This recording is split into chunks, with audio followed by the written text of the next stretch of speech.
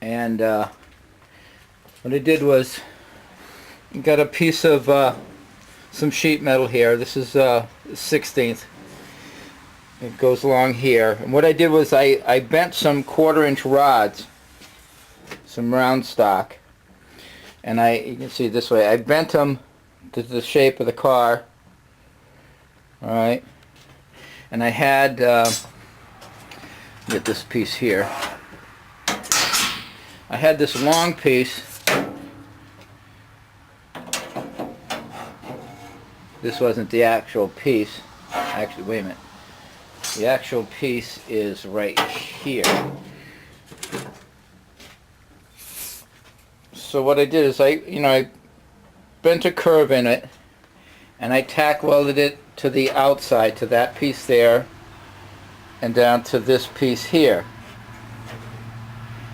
And then I added pieces in the middle, and I would make sure that they came up and touched here, so they would have the contour going this way. So I got one piece here, 2, 3, 4, 5. 1, 2, 3, 4, 5, like 6 pieces. And that goes there. And so what I'm going to do is get this piece out of the way. What I'm going to do is right here I got an old roof off a Mustang. I think it was like an 82 or 83 Mustang. And I'm going to use that as the skin. And I'm going to lay it down over this light framework. Then I'll roll the edges around under it and weld it on there. And then I'll flip it over and brace it where I have to here and there. I may have to add more. I don't know. We'll see how sturdy it is. And then I took these are the hinges off of the Jeep, the hatch, and the hatchback. So what I did was I cut off. They had another piece coming up here on it, and I cut that off.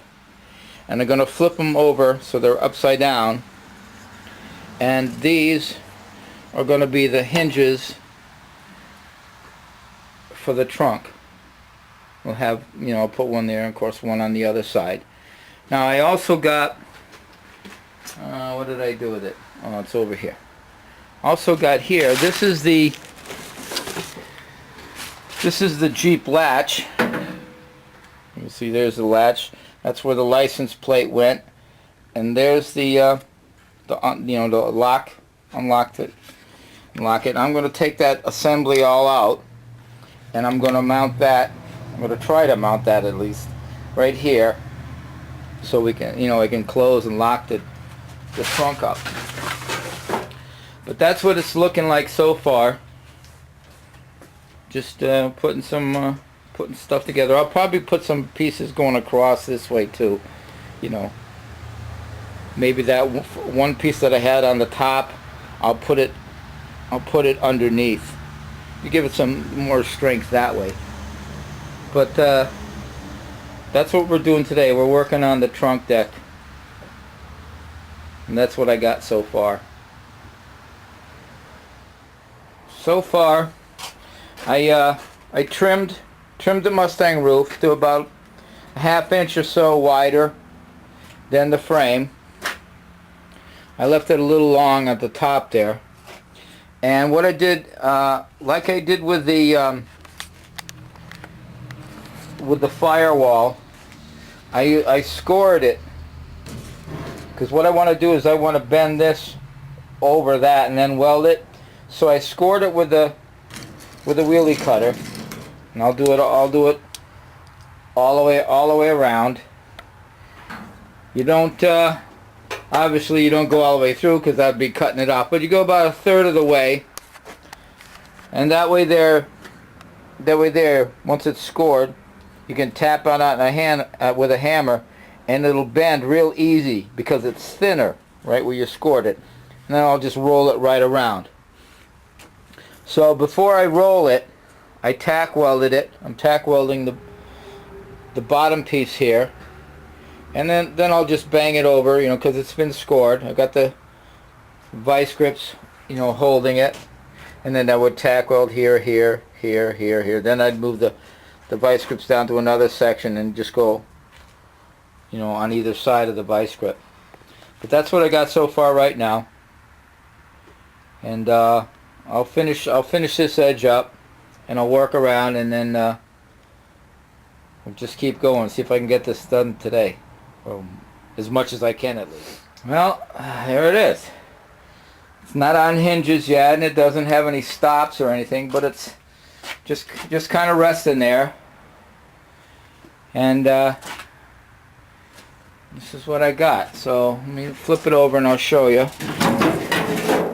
what it kind of looks like.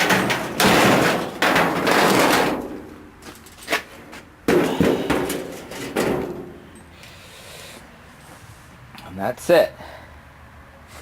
You just tack weld it all the way around.